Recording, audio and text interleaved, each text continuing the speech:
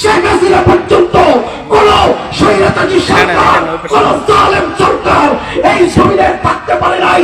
কিয়ামত পর্যন্ত এই জমিনে পুরা বিশ্বে কোন নাস্তিকবাদ, কোন ইসলাম বিদ্বেষী, কোরআন বিদ্বেষী, নবীর দুশমন এই জমিনে থাকতে পারবে না। কথা দিচ্ছে আমাদের বক্তব্য পরিষ্কার।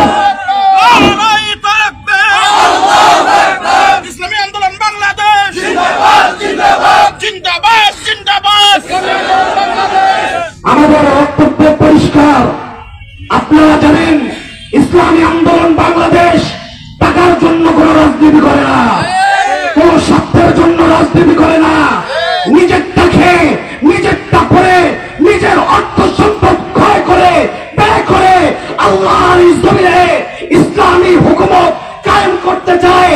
সুতরাং এই গণসমাবেশ থেকে দায়িত্বহীন বাছাই বলতে চাই, 56,000 বর্গ মাইলে ইসলামী হুকুমত যদি কায়েম করতে হয়, কায়েম করতে চান, ইসলামী আন্দোলন বাংলাদেশের যোগ দিয়ে পীর সাহেব চরমনাই হুজুরের হাতকে মজবুত করে এদেশের কালিমার পতাকা আমরা উত্তোলন করবো ইনশাআল্লাহ।